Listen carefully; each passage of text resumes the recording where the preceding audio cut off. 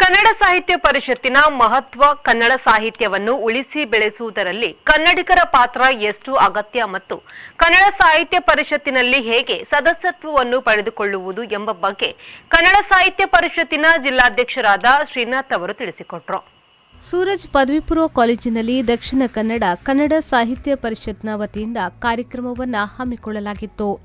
ಜಿಲ್ಲಾಧ್ಯಕ್ಷರಾದ MP Srinath ಮತ್ತು ಕನ್ನಡ ಸಾಹಿತ್ಯ ಪರಿಷತ್ನ ಹೋಬಳಿ ಅಧ್ಯಕ್ಷರು ಹಾಗೂ ಎಸ್ಡಿಎಂ ಕಾಲೇಜಿನ ಉಪನ್ಯಾಸಕರಾದ ಪುಷ್ಪರಾಜ್, ಪತ್ರಿಕಾ ಮಾಧ್ಯಮದ ಪ್ರಮುಖರಾದ ರೇಮಂಡ್ ಡಿಕುನ್ನಾ, ಎಸ್ಡಿಎಂ ಕಾನೂನು ಕಾಲೇಜಿನ ವಿದ್ಯಾರ್ಥಿಗಳು ಈ ಕಾರ್ಯಕ್ರಮಕ್ಕೆ ಆಗಮಿಸಿದ್ರು. ಕಾಲೇಜಿನ ಅಧ್ಯಕ್ಷರು ಹಾಗೂ ಕನ್ನಡ ಸಾಹಿತ್ಯ ಪರಿಷತ್ ಮಂಗಳೂರು ತಾಲೂಕು ಘಟಕದ ಅಧ್ಯಕ್ಷರಾದ ಡಾ ಮಂಜುನಾಥ್ ಎಸ್ ರೇವಣ್ಕರ್ ಕನ್ನಡ ಸಾಹಿತ್ಯ ಪರಿಷತ್ನ ಮಹತ್ವದ ಬಗ್ಗೆ ತಿಳಿಸಿಕೊಟ್ಟರು.